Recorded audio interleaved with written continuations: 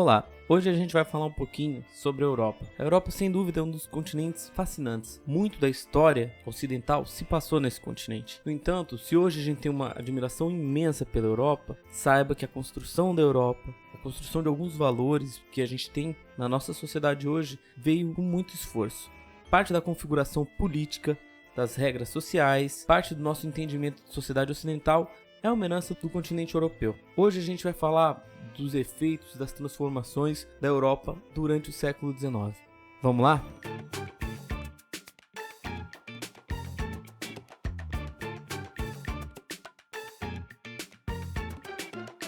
Na Europa do século XIX, os efeitos da Revolução Industrial ocorrida com o desenvolvimento do capitalismo logo após a Revolução Inglesa dos anos de 1642 e 1649 eram fortemente sentidos. Um amplo conjunto de mudanças afetou os modos de trabalhar, morar, se relacionar das pessoas. Uma dessas mudanças foi o aumento extraordinário da população, que foi acompanhado por outro processo importante, o deslocamento da população do campo para a cidade, o êxodo rural. Com as cidades, cresciam também os problemas urbanos, que atingiam sobretudo os mais pobres. O operariado reagiu às condições degradantes de vida, formando associações, sindicatos e organizando greves para lutar por seus direitos. É nesse ambiente tenso de meados do século XIX, três teorias ganham notoriedade: o liberalismo, o socialismo e o anarquismo. Essas teorias influenciariam muitas das explosões revolucionárias ocorridas na Europa após a volta das monarquias absolutistas. Na França, após a queda de Napoleão Bonaparte, o rei Luís XVIII, que governou entre os anos de 1815 e 1824, reassumiu, prometendo respeitar alguns direitos conquistados pelo povo francês. O voto, no entanto, era censitário. Essa situação gerava descontentamento. Com a morte de Luís XVIII, no ano de 1824, seu irmão assumiu o trono francês, com o nome de Carlos X, e governou com autoritarismo e intolerância. Diante disso, estudantes, trabalhadores e burgueses ergueram barricadas nas ruas de Paris e enfrentaram as forças da lei. As lutas liberais contra o absolutismo,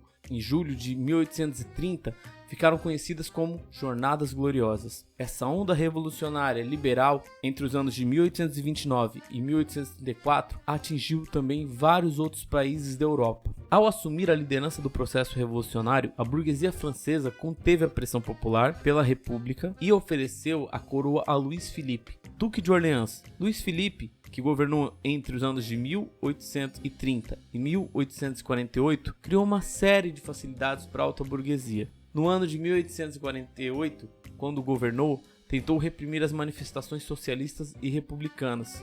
Estudantes, trabalhadores e políticos saíram às ruas e obrigaram o monarca a fugir. As revoluções de 1848 na França desencadearam em quase toda a Europa uma série de outros movimentos revolucionários, chamado na época de Primavera dos Povos. Após a fuga de Luís Filipe, um governo provisório assumiu o poder e proclamou a Segunda República. As eleições presidenciais realizadas em dezembro do ano de 48 deram a vitória a Luís Bonaparte. O governo procurou conciliar interesses de diferentes grupos sociais. Quando aproximava o fim de seu mandato, desfechou um golpe de Estado. No ano de 1852, houve um plebiscito que o fez imperador. Nessa posição, Napoleão III, como ficou conhecido, incentivou indústrias, os transportes, investiu em obras públicas e diminuiu o desemprego. Lançou, entretanto, o país em uma guerra contra a Prússia. Essa guerra os franceses perderam. Formou-se então um novo governo que derrubou o império e instalou a Terceira República. Algo interessante do governo de Napoleão III é que ele era sobrinho do Napoleão conhecido, o grande Napoleão conquistador da Europa. O novo governo francês, chefiado por Thiers, aceitou a paz imposta pelos prussianos, cujas condições eram consideradas humilhantes e causaram a revolta do povo. Em 28 de março de 1871, instalou-se a Comuna de Paris, um governo revolucionário e socialista, eleito pelo voto universal. Adversários poderosos, então, uniram-se contra a Comuna. Thiers recebeu apoio do líder prussiano Otto von Bismarck e atacaram Paris, esmagando a resistência popular.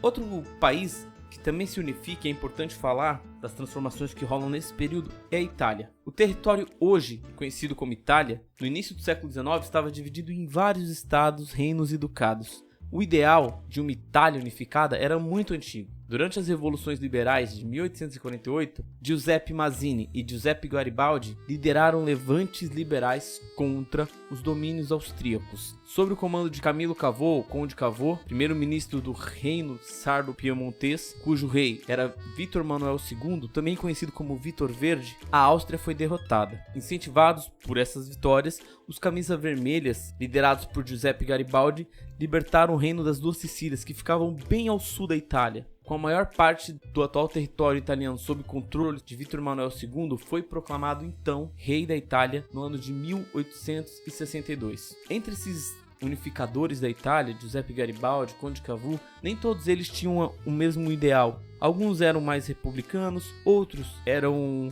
mais monarquistas, mas algo que eles tinham em comum era o interesse por unificar a Itália.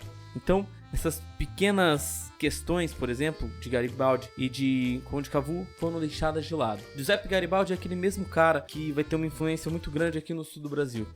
Outro país que também vai ter um protagonismo durante o século XIX e vai se unificar durante o século XIX é o caso da Alemanha.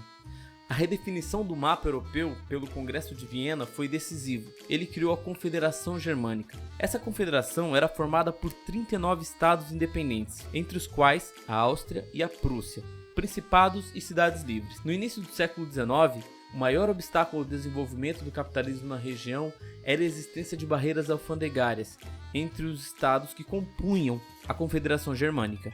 Por isso, no ano de 1834 foi criada a Zollverein, uma união alfandegária que buscava eliminar os impostos entre os diversos estados da Confederação Germânica, exceto a Áustria, que dessa forma foi isolada politicamente. A Prússia se industrializou rapidamente e na década de 1860 já liderava o processo de unificação da Alemanha, sob o comando de Otto von Bismarck. Ele integrou seu país por meio de uma rede de ferrovias, fortaleceu o exército e usou a guerra como estratégia para atingir seus objetivos. Sob sua liderança, o Reino da Prússia provocou e venceu 3 guerras consecutivas, contra a Dinamarca, contra a Áustria e ainda contra a França. Assim, em 18 de janeiro do ano de 1871, nascia o Segundo Reich. Reich significa Império em alemão, e a Alemanha se tornou, em pouco tempo, uma das maiores potências da Europa.